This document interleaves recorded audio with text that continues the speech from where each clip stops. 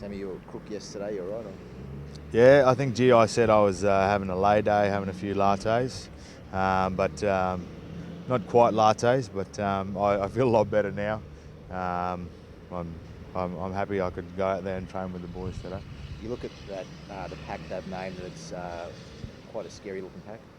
Yeah, the Kiwi pack is always a scary pack, and it's a big pack. It's a pack that has shown form throughout this year. So, as a forward, I know that I'm going to have my hands full for the whole game. Not as much size in the Aussie side, is there, as theirs?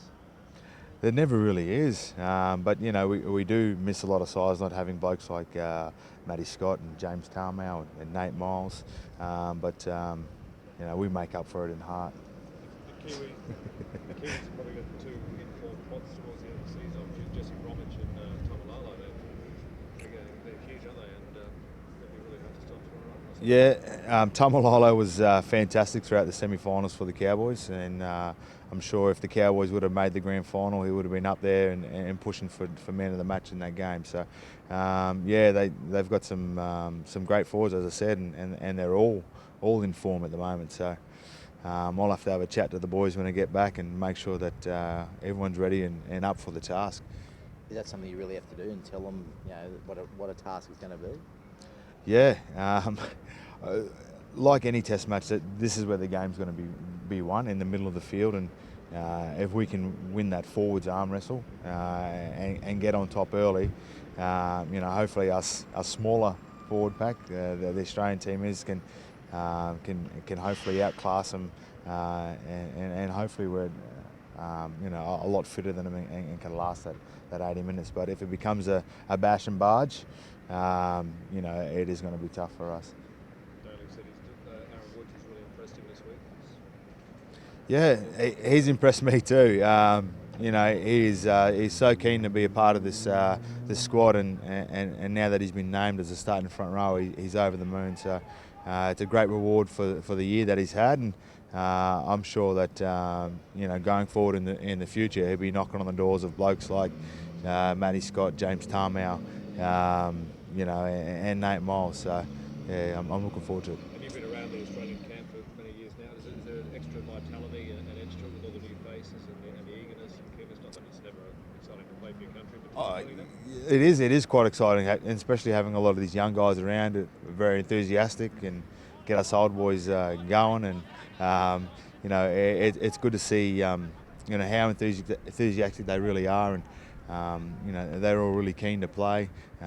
We've got a few rookies that are playing in this first game, but some of the boys that did miss out, that hasn't dented their spirit at all. They're still pushing. They're still doing everything they can to try and impress their coach.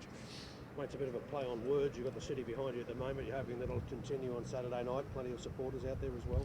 Yeah, we need all the supporters we can get. I think every time we play, as the Broncos, every time we play the Warriors here, they always get a fair following. So I know there's going to be a lot of Kiwi fans that are going to show up and watch the game, but it's a perfect opportunity. It's a double header. You get two games for the price of one, and hopefully we can get more Australian fans there than Kiwi fans, and hopefully the people of Brisbane really show up and show their support for us. Mate, they're an aggressive pack, aren't they? I know we've been talking a little bit about their forwards and the individuals, but when they work as a team, they're pretty hard to hold back.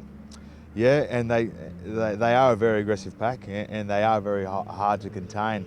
And they've shown, especially here in Brisbane before, that they can get on top of the Australian team. So, I'll make sure that I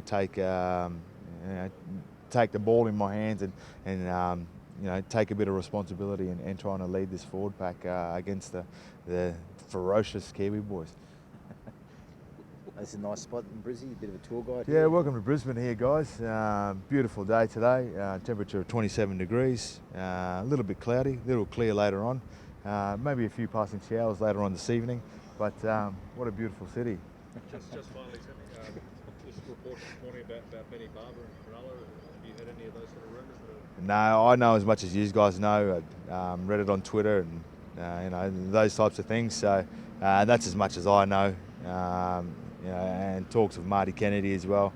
I'm exactly on the same page as that. I've only read it on Twitter and other media outlets, so I don't really know what's going on there.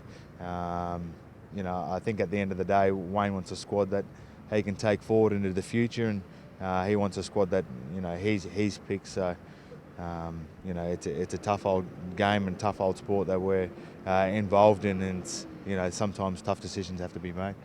Has Benny still got good football ahead of him? Oh yeah, he does, and he really struggled this year, and he really showed a lot of form towards the end of the year, and I'm sure that he can get back to the heights that he showed at the Bulldogs as well.